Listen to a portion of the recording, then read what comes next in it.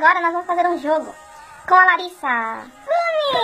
Pode fazer de novo? Vamos. Eu, aqui, Hades. Então, hoje nós vamos fazer um joguinho com a Larissa. Que... você falou de novo. Aqui, Hades. Eu, Kumi desu. Hoje nós vamos fazer um joguinho com a Kumi.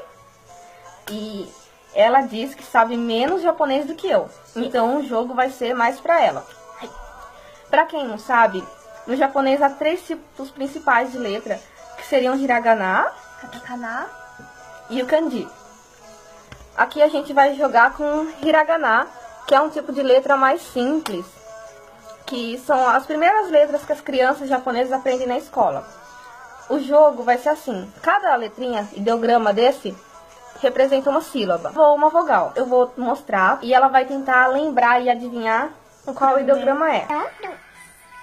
Depois diz que não sabe, ela acertou. Este agora, T. Depois ela fala que não sabe. Eu sei menos que você. Ué, é igual? Para o próximo aí, será? Esse eu não sei. Yo. Tá chato o jogo, hein? Este. Yuji, Yume. Ya. Momo.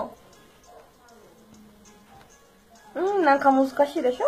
Muzukashi. Me? É me? Yeah. Iji, Kumi.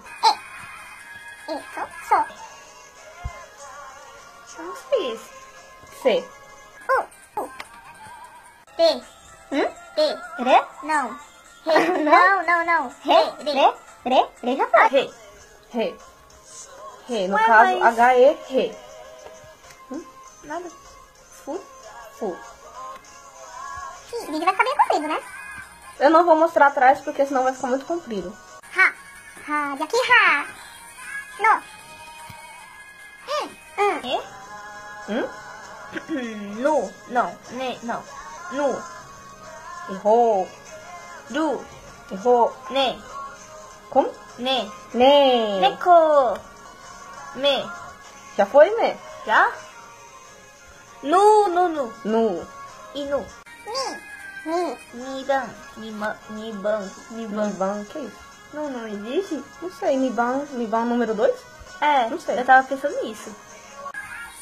Na. To. Sa. Errou. Não? Ah, ti. Ku de Kumi. Ki. Ka seria Ka. Esse daqui. K vai achar que é só K a letra. Entendi. Esse representa K, A. E não K só a letra sozinha. I é a vogal só. Sa. Mi. Opa, Ko. Su. Shi. Ma.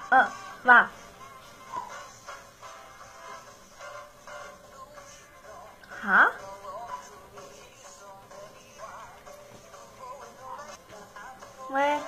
Ué, também não. Não sei.